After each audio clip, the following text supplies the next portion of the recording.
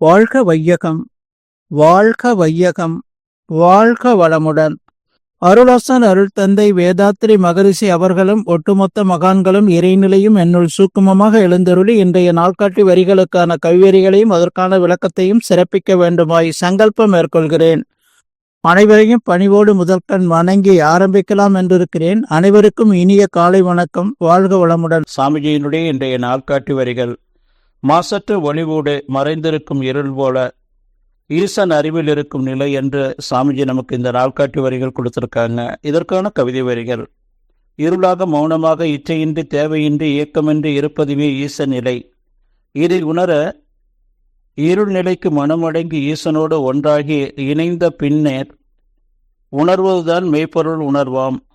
இருள் நிலையை உணர்வதற்கு பொருள் வடிவம் மனம் கொண்டால் எவ்வாறு பொருந்துமது எண்ணமின்றி மனம் ஒடுங்கி இருளாகி பழகுதற்கு ஏற்ற வழி உயிர் உணர்வே இந்த மறைபொருள் உணர்ந்த குரு அடி தொடர்வீர் என்று சாமிஜி நமக்கு இந்த கவிதை வரிகள் கொடுத்திருக்கிறாங்க.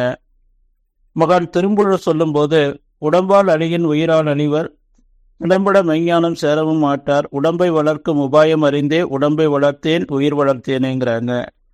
தாய்மானவ சுவாமிகள் சொல்லும்போது, அங்கங்கினாதபடி எங்கு பிரகாசமாய் ஆனந்த பூர்த்தியாய் அருளடி நிறைந்தது, தன்னருள் வெளிக்குள்ளே அகிலாண்ட கோடியெல்லாம் தங்கும்படி கிச்சை வைத்து உயிருக்கு உயிராய் தலைத்தது, மன வாக்கனில் தட்டாமல் நின்றது என்று தாய்மானவ சுவாமிகள் நமக்கு கொடுத்திருக்காங்க.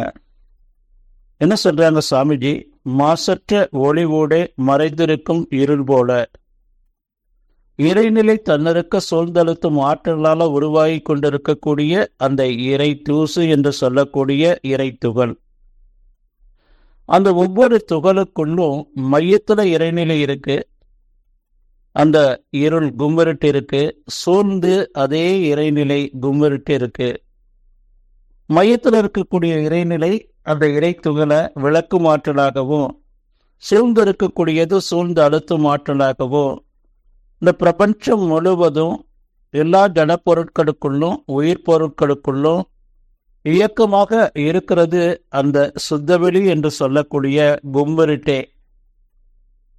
மையத்தில் இருக்கக்கூடிய அந்த சுழற்சி நடந்து கொண்டே இருக்கு ஒவ்வொரு துகள்களுக்குள்ளும். மையத்தில் இருக்கக்கூடிய அந்த விளக்கும் ஆற்றல் வெற்றிடம் அதிகமாகிக் கொண்டே இருக்கு. அது அதனுடைய சுழற்சி முடியும் போது சூழ்ந்து இருக்கக்கூடிய அந்த கும்மிருட்டு, மையத்தில் இருக்கக்கூடிய அந்த விளக்கு மாற்றலாக இருக்கக்கூடிய அந்த கும்மிருட்டு இரண்டும் ஒன்றிணையும் போது அது சுத்தவெளியோடு இரண்டரை கலந்து விடுகிறது. இதை சாமிஜி சமதள சேர்மை என்று சொல்லுவாங்க. அப்போ ஜடப்பொருட்களுக்குள்ளும் உயிர் பொருட்களுக்குள்ளும் அந்த இறைநிலை சுத்தவெளியே பஞ்சபூதங்களுக்குள்ளும் நிரம்பி இருக்கிறது. அந்த சுத்தவெளியே அனைத்தையும் தன்மாற்றம் இயல்பூக்கம் கூறுதலும் என்ற முத்திறனால இந்த பிரபஞ்சம் முழுவதும் இயக்கி கொண்டிருக்கிறது என்ற அந்த பேருண்மையை நாம் உணரணும் அப்படின்னு சொன்னா, பொருட்களையும் நம்ம மனம் உணர்ச்சி நிலையிலையும் இருக்கும்போது நம்மால அந்த உண்மை பொருளை நாம உணர்ந்து கொள்ளவே முடியாது.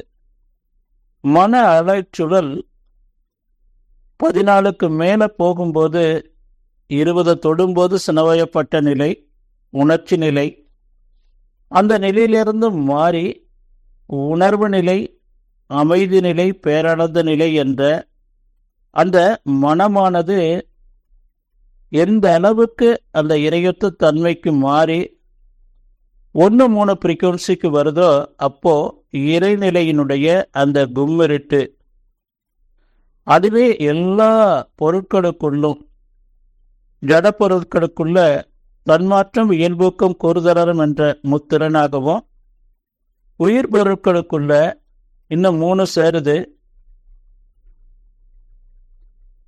உணர்தல், துய்த்தல், இன்பதுன்பம் பிரித்துணர்தல்.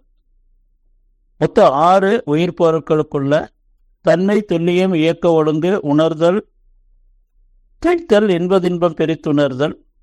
ஜடப்பொருட்களுக்குள்ள தன்மை, துல்லியம், இயக்க ஒழுக்கு என்ற இந்த நிலையில அந்த இறைநிலையே ஒவ்வொரு ஜீவன்களுக்குள்ளும் ஜடப்பொருட்களுக்குள்ளும் அறிவாட்சித்தனமாக இயங்கிக் கொண்டிருக்கிறது என்ற அந்த பேருண்மை நமக்கு விளங்க ஆரம்பிக்கும். இந்த உண்மையை உணர்ந்து நாம் வாழணுங்க.